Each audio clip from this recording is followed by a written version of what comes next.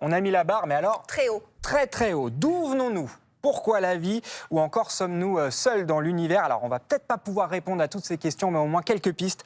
Avec vous, Christophe Galfard, bonjour. Bonjour. Merci d'être avec nous. Vous êtes écrivain et surtout, vous êtes un peu la star des physiciens. Est-ce que ça vous va comme description ? Je suis pas sûr que tout le monde soit d'accord, mais c'est pas très Mais vous êtes notre star ce matin et on est très content de vous avoir avec nous. Votre dernier livre s'appelle La vie à portée de main. Ça fait un carton, 600 pages, une grande enquête sur les mystères de l'humanité. Ce succès déjà, ça veut dire qu'il y a un vrai intérêt pour les questions scientifiques. Vous êtes d'accord ? Qu'est-ce qui fascine les gens ? Qu'est-ce qu'ils vous disent ? Je sais pas, déjà il n'y a pas tellement de disciplines ou de sujets aujourd'hui qui fassent pas des débats houleux, où on a l'impression que en fait toute l'humanité travaille ensemble dans un même but, qui est d'essayer de raconter notre histoire et de comprendre d'où nous venons. Je pense que ça fait beaucoup de bien d'avoir des sujets comme ça qui sont finalement assez apaisants. On est bien d'accord. On est d'accord. Et encore faut-il savoir le faire, que les scientifiques fassent l'effort, la Bien sûr. vulgarisation, comme on dit. Et c'est exactement vous ce que vous faites. Il y a même une bande dessinée pour les enfants. Voilà, merci Héloïse. Alors, on va prendre un exemple concret. Comment on fait pour expliquer, je ne sais pas, le Big Bang à un enfant ? En 4 secondes, En c'est ça 4 secondes. Non, vous pouvez prendre un petit peu plus de temps, mais pas trop. Non mais c'est marrant parce que chaque époque a sa vision du monde. Nous, on a la nôtre.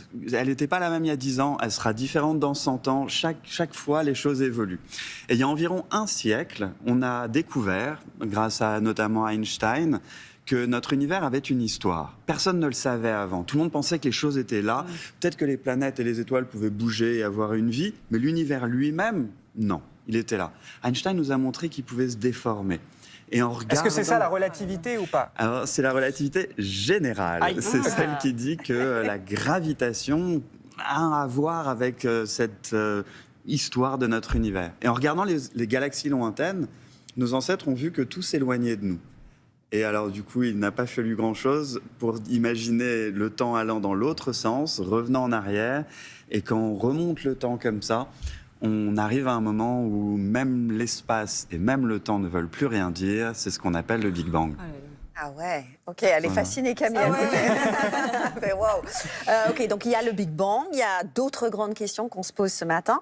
On se les tous déjà posées d'ailleurs. Sommes-nous seuls dans l'univers ? On le voit sur le couvre de votre livre aussi. Alors, c'est exactement le genre de questions auxquelles je suis certain qu'on va commencer à pouvoir répondre dans les années qui viennent.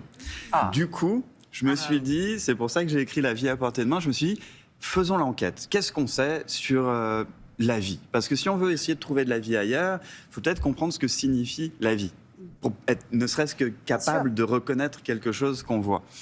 Et alors, pour l'instant, on n'a rien trouvé dans l'univers, mais il y a deux choses. La première, c'est qu'on n'a jamais eu les outils technologiques qu'on a aujourd'hui. Donc, on est en train d'ouvrir des fenêtres dans plein d'endroits.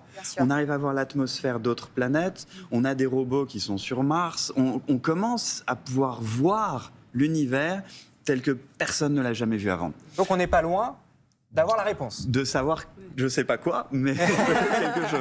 Je veux dire, s'il y a quelque chose à voir, peut-être qu'on le verra. Et il y a une découverte qui a été annoncée il y a à peine 3 semaines, qui est qu'il se trouve que on commence à savoir ce dont est fait la vie. On sait que dans nos corps, il y a certains atomes, certaines molécules. Des molécules spéciales, c'est des groupes d'atomes qui sont des blocs, un peu comme des Lego, des briques de Lego, qui forment la vie. On sait ce qui forme la vie sur Terre. On les connaît, il y a des acides aminés pour faire les protéines, il y a d'autres trucs pour faire l'ADN, l'ARN et tout ça. Est-ce qu'on trouve ces briques-là dans l'espace ? Jusqu'à présent, on en avait trouvé quelques-unes. Il y a 3 semaines, le 2 décembre, il y a été une publication qui nous a dit... Des sucres dans un astéroïde, est-ce que c'est ça ? Exactement. Il a bien fait ses devoirs. Je vois que vous êtes au courant, c'est bien. Et effectivement, on a trouvé le dernier, on va dire, chaînon manquant, ou la dernière brique qui nous manquait, qui était des sucres qu'on a trouvés dans un astéroïde. Qu'est-ce que ça veut dire ? Ça veut dire que... Ça veut dire que si on secoue l'astéroïde, on peut mettre du sucre dans son café. Ça veut dire qu'il y a des cailloux dans le ciel, dans l'espace, disons, autour de nous, autour du Soleil, qui sont des vestiges de ce qu'était notre voisinage cosmique avant que la Terre soit née.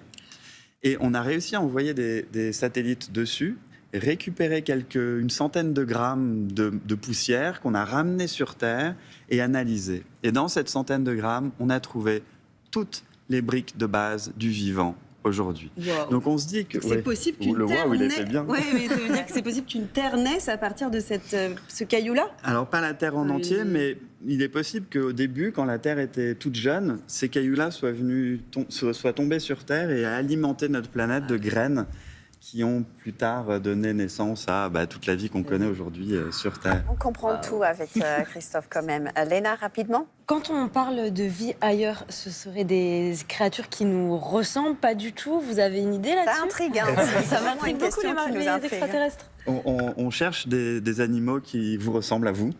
Partout dans l'espace, à vous. Non, l'idée justement, c'est ça. Est-ce que si on trouve quelque chose ailleurs, déjà on serait capable de le reconnaître? Est-ce que c'est fait de la même matière que nous? On n'en est pas certain. Cela étant, pour l'instant sur Terre, c'est un peu le parcours que je fais faire dans le livre. Tout le vivant qu'on connaisse, que ce soit des animaux, des bactéries, des plantes, absolument tout est fait de la même chose. Ce qui veut dire qu'il y a une seule famille de vivants sur Terre, une seule. Donc si on regarde ailleurs, on peut essayer de trouver la même famille. Et dans ce cas, on se dirait, si c'est sur Mars, si ça se trouve, ça fait un petit passage de l'un à l'autre. Si c'est beaucoup plus loin dans l'espace, ça veut dire qu'on peut en trouver partout. Et il n'est absolument pas exclu qu'il existe d'autres formes de vie qui ne vous ressemblent pas du tout. Désolé Léna. Je suis un peu déçue, mais c'est pas grave. Alors, on est un peu frustrés, on a envie d'aller plus loin, mais si vous avez envie d'aller plus loin, vous qui nous regardez aussi, La vie à portée de main, vous avez le bouquin ici, c'est formidable, 600 pages, d'une enquête incroyable, et puis évidemment les BD pour les enfants aussi. Merci beaucoup de votre présence ce matin. Merci d'avoir été avec nous.